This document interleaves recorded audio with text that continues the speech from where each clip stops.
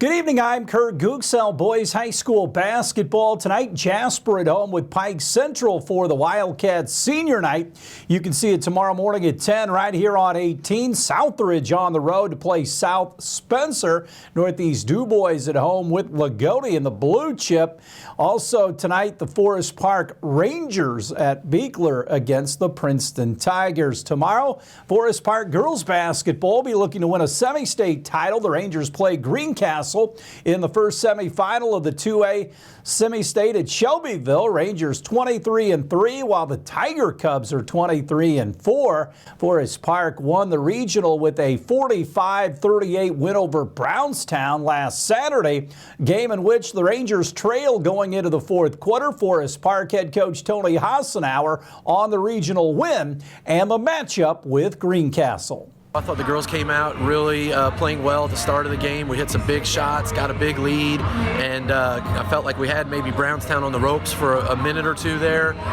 We missed a couple of shots that we thought were going to drop, and that gave Brownstown a second life, and then they came down and hit several threes there in the second quarter that kind of got them back into the game. And then the third quarter, it continued on, and they took that lead going into the fourth quarter. And we talked at the fourth quarter break that, you know, we had to stay composed, keep playing. They gotta beat us for 32 minutes, and I thought the girls did a great job coming out in that fourth quarter.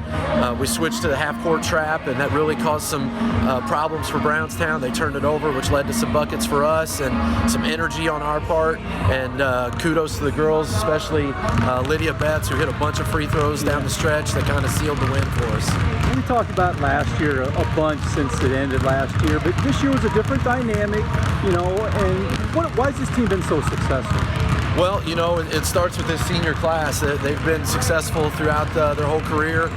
They've won a lot of games over the years, and they have a real confidence in themselves and their abilities. And you know, I think, you know, we don't know what the future will hold over the rest of this season, but, you know, I want to tip my hat to these girls because this has been a difficult season as far as expectations.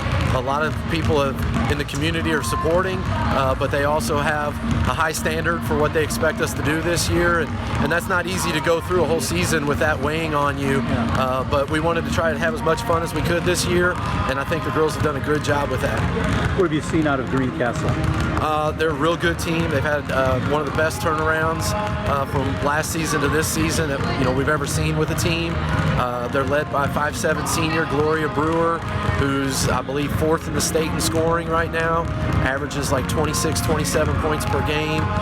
Can shoot from anywhere on the floor. Once she crosses half court, she's in range, but can also get inside the three-point line, pull-up jumper from 15 feet, can get to the rim, can dish it off to her open teammates if you collapse too many defenders on her. So we're still trying to figure out the best way to defend her. We've watched a number of teams try to defend her in different variety this year, and you know, not many people have been successful. So we're looking at it, see what we can do to try to slow her down. The overall keys for you guys to have a successful game?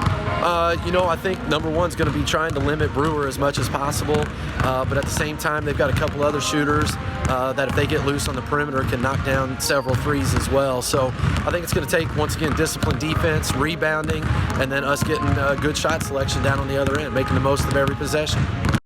The other semifinal will pit North Knox against Eastern Hancock. The championship game will be tomorrow night. College buckets, Purdue suffered its second straight loss, this time a 68-54 setback at Maryland. The Boilers now 23-4 and 12-4 in the Big Ten. Got 18 from Zach Edey and Braden Smith. Purdue will host Ohio State on Sunday. USI goes on the road and beats Arkansas Little Rock 82-81. The Screaming Eagles now 15-13 and 8-7 in the OVC. Jacob Polakovich led the Eagles with 27 points and 10 rebounds for his 12th double-double of the season. Jelani Simmons and Isaiah Swope had 21. The Eagles host SEMO on Saturday.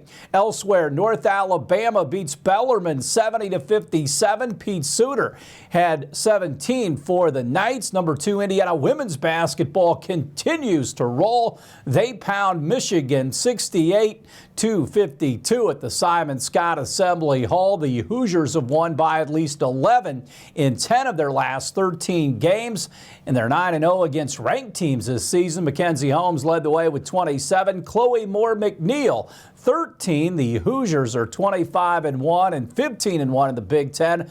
They will host Purdue Sunday in an already sold-out Simon Scott Assembly Hall. Daytona 500 action on Sunday, and Austin Cindric will try to defend that Daytona crown when the drivers battle in the iconic race. The field was set after the duels at Daytona finished last night, with Joey Logano winning the first qualifier, while Eric Amarola claimed victory in the second heat. Cindric came in second in Duel 2. Denny Hamlin was the last repeat champion back in 2019. Alex Bowman will take the pole position after earning the fastest qualifying time, starting alongside Kyle Larson.